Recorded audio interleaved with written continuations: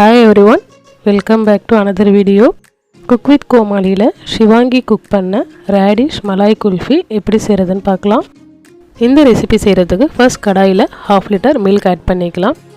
நான் full cream milk தான் இன்னைக்கு எடுத்துர்க்கேன். இது வந்து பாயில் ஆகட்டும். நம்ம வந்து ராகி தூக்கடா and ரஸ்மலாய்க்குலாம் ரபடி ரெடி பண்ணுவோம் இல்லையா, சேம் அதே மாதிரி இதில் வந்து நம்ம ரபடி தான் ரெடி பண்ணிக்கணும். சைடில் இருக்கிற இந்த பாலாடை எல்லாமே வந்து ஸ்டிக்காக எடுத்து விட்டுட்டு மில்க் வந்து திக்காகிற வரைக்கும் நம்ம பாயில் பண்ணிக்கலாம்.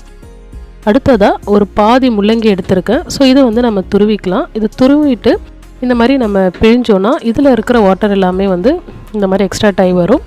ஸோ நெக்ஸ்ட்டு இதை பிழிஞ்சு எடுத்துட்டு பேனில் வாட்டர் ஆட் பண்ணிவிட்டு துருவின முள்ளங்கியை நம்ம வேக வச்சு எடுத்துக்கலாம். இந்த மாதிரி வேக வச்சு எடுக்கிறப்ப இந்த முள்ளங்கியில் இருக்கிற அந்த ஸ்மெல் வந்து கம்ப்ளீட்டாக வந்து போயிடும்.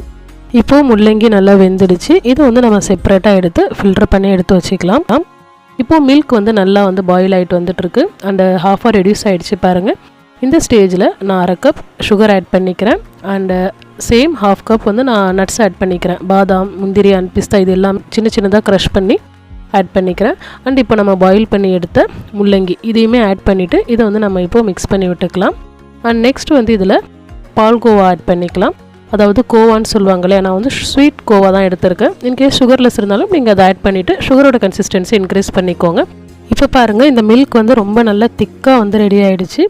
இப்போ வந்து நான் கொஞ்சமாக குங்குமப்பூ வந்து இதில் ஸ்ப்ரிங்கிள் பண்ணிக்கிறேன். இது வந்து ஆப்ஷனல் தான். இதோட டெக்ஸ்சர் வந்து பார்க்க ரொம்ப ரிச்சாக இருக்குங்கிறதுக்காக நான் இதில் ஆட் பண்ணியிருக்கேன். ரொம்ப எம்மியான குல்ஃபி ரெடி ஆகிடுச்சு. சம்மருக்கு ஒரு மச் நீடட் ரெசிபி அப்படின்னு சொல்லிட்டு நான் சொல்லுவேன். இப்போ வந்து நம்ம இந்த ரப்டியை கிளாஸஸில் வந்து ஃபில் பண்ணிடலாம். ஃபில் பண்ணிவிட்டு ஃப்ரீசரில் ஒரு 4 hours ஆர் 5 hours நம்ம இதை வச்சுட்டோம்னா இது சூப்பராக வந்து செட் ஆகிடும். இப்போது கிளாஸஸில் ஃபில் பண்ணியாச்சு. நெக்ஸ்ட் இதை நம்ம ஃப்ரீசரில் வச்சு 4 or 5 hours செட் பண்ணி எடுத்துக்கலாம். ஆஃப்டர் 4 hours சூப்பராக செட் ஆகிடுச்சு. ஸோ இப்போ இதில் வந்து சென்டரில் வந்து நம்ம ஐஸ் ஸ்டிக் வச்சு இதை ப்ரெஸ் பண்ணி ஜென்டலாக எடுத்தோன்னா சூப்பராக வந்து குல்ஃபி ரெடி ஆகிடும்.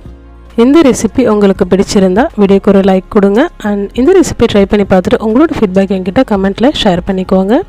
இது வரைக்கும் நீங்கள் நம்ம சேனலை சப்ஸ்கிரைப் பண்ணலைன்னா மறக்காமல் சப்ஸ்கிரைப் பண்ணிவிடுங்க and don't forget to press the bell button. Thanks for வாட்சிங்.